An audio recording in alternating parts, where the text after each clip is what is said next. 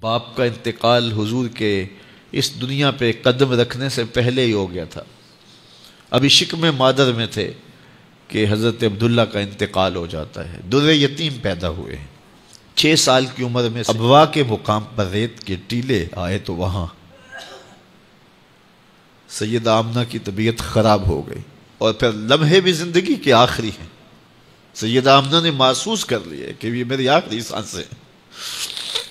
سیدہ پاک نے حضور کے سر پہ ہاتھ رکھا اور روتے ہوئے کہا کہ بیٹا، ہر نئی چیز نے پرانا ہو جانا ہے، ہر باقی نے فنا ہو جانا ہے.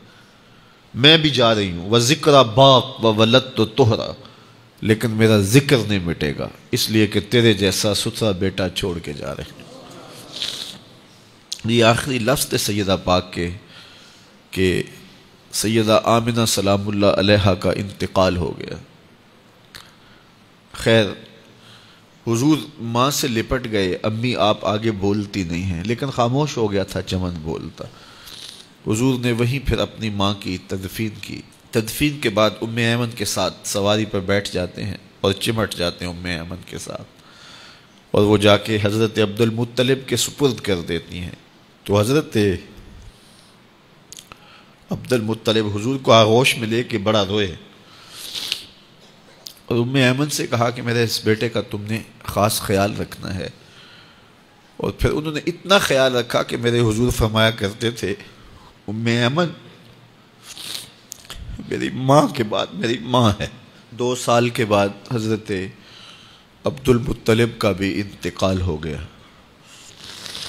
ابن حشام کے یہ لفظ سینہ چیرتے ہیں کہ جب امیر قریش کا جنازہ اٹھا تو سارا مکہ جنازے کے لیے امڑ آیا، لیکن لوگوں نے 8 سال کے ایک بچے کو دیکھا جو دیواروں سے لپٹ لپٹ کے رو رہا تھا. آج یہ سہارا بچھن گیا تھا. پھر چچا کی کفالت میں آئے. پھر ایک وقت آیا کہ وہ بھی اس دنیا کو چھوڑ گئے، اور اسی سال حضور کی اہلیہ کا انتقال بھی ہوا، اور اس سال کا نام عام الحزن، دکھوں کا سال رکھا. اہل مکہ نے جو سلوک کیا وہ کسی سے بھی مخفی نہیں ہے. پتھر مارے، گڑھے کھودے، کانٹے بچھائے، اجریاں ڈالی، اپنے گھروں کے کوڑے لا کے حضور کے گھر کے سامنے رکھ دیے.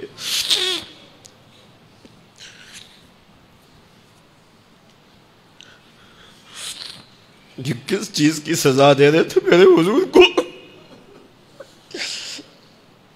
میرے حضور علیہ السلام نے پھر طائف کا سفر کیا کہ شاید وہ لوگ میری بات کو سن لیں، لیکن انہوں نے جو دردناک سلوک کیا وہ بھی تاریخ کا ایک انتہائی دردناک باب ہے. انہوں نے اوباشوں کے ہاتھوں میں پتھر دیے، اور جس راستے میں میرے حضور نے گزرنا تھا ان کو اس راستے پہ کھڑا کر دیا اور کہا ان پہ سنگ زنی کرو. اور وہ آقا کریم پہ پتھر مارتے، حضور کے پاؤں پہ پتھر مارتے. آقا کریم علیہ السلام پاؤں اٹھاتے تو وہ دوسرے پاؤں پہ مارتے. پھر حضور شدت درد سے بیٹھ جاتے تو ان کے 2 غنڈے دائیں بائیں سے آگے بڑھتے اور حضور کو کندھوں سے پکڑ کے اٹھاتے، پھر سنگ باری کرتے.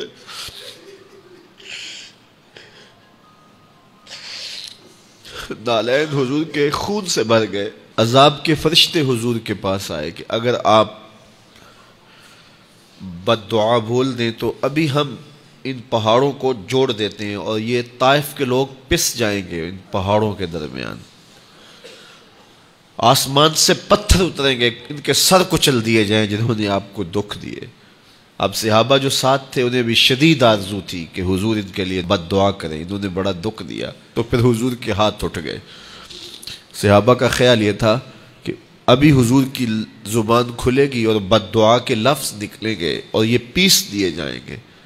لیکن جب وہ لب کھلے، وہ پتلی پتلی گلے قدس کی پتیاں، وہ لب ہائے دور جب کھلے تو لفظ کیا تھے؟ اے اللہ میری قوم کو ہدایت دے دے، یہ مجھے جانتی نہیں.